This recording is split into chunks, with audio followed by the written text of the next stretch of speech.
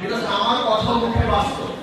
আমি প্রথম যেদিন আসি ট্রেনিংয়ে প্রোগ্রামে আসি ব্যবসা করবো, ওই যে আমি বলেছিলাম এই ব্যবসাটাই কথা বলা।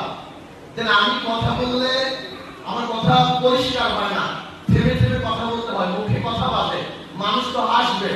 এবং প্লাস আমি যেদিন সেমিনার করাই আমার সামনের ব্যক্তিটা হাসতেছিল। নট অনলি ওর ফার্স্ট ডে, এরকম আমার সাথে একবার হয় নাই, দুইবার হয় নাই, 6 মান্থ অর 7 মান্থ এরকমই আমি কথা বলছি, সেমিনার করছি, মানুষ হাসছে। আপনাদের কি মনে হয় আমি ওনাদের হাসলে দেখে মনে হাস ছেড়ে দিয়েছিলাম না?